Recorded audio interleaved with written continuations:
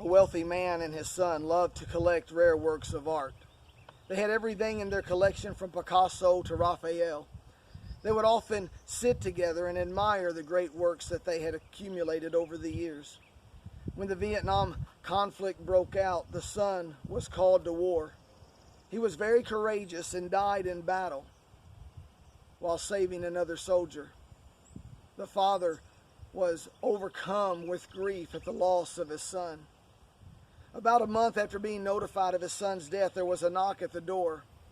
A young man stood at the door with a package in his hand. And he said, "Sir, you don't know me, but I am the soldier that your son saved in battle. As a matter of fact, he saved many lives that day.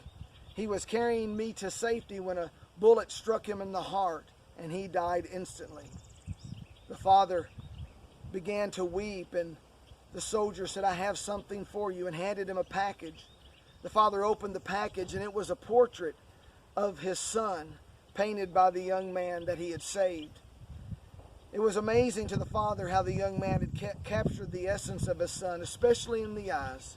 He took the portrait and hung it over the fireplace in the center of the room, and then stood back and just began to admire it. From that day forward, everyone who would come and visit was taken immediately to the portrait of the son, and he would talk about his son's sacrifice and the soldier that painted the picture that was saved by his offering of himself. Well, not too many years later, the father passed away, and there was to be a great auction. The entire estate was to be auctioned, including all of the rare works and portraits they had accumulated over the years. Many people came to the auction hall hoping to own a piece of a priceless work of art. The auctioneer approached the podium, and already there was a portrait on the easel covered with a cloth. He took the cloth off of the portrait and began the auction. He began the auction with the portrait of the son. He said, "Who will give $100 for this portrait of the son? Do I have $100? Maybe 200. Who will begin the bidding?" The auction hall was silent. He said, "Come on, the son, who will take the son? Do I have $100?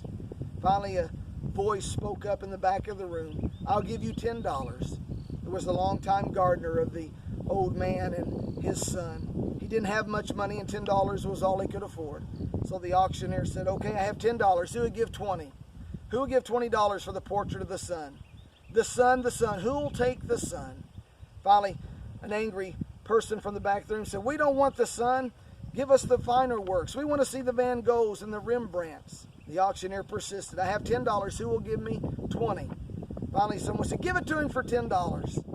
The auctioneer said, "Going once, going twice, sold for $10. And with that, the auctioneer took his gavel and placed it on the podium. Someone said, "Now bring out the masterpieces." The auctioneer said, "There was a stipulation in the will that I haven't been able to share until now. And the stipulation said that only one piece would be auctioned today. It would be the portrait of the son. And the one who takes the son gets everything. All the estate and the rest of the paintings included." You know, God gave his son over 2,000 years ago to die on a cross so that you and I could have everything. You know, John the Baptist said, "He who believes in the Son has everlasting life. He who does not believe the Son shall not see life, but the wrath of God abides on him." 1 Corinthians 1:18 says, "The message of the cross is foolishness to those who are perishing, but to us who are being saved, it is the power of God." So God still speaks today, saying, the son, who will take the son? Because he who takes the son gets everything.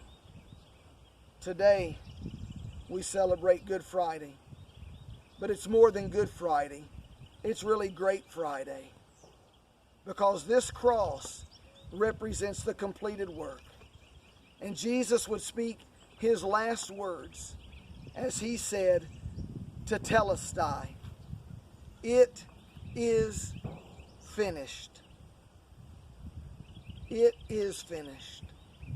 And for you and for me, the question is the Son. Who'll take the Son? Happy, great Friday to you. Amen.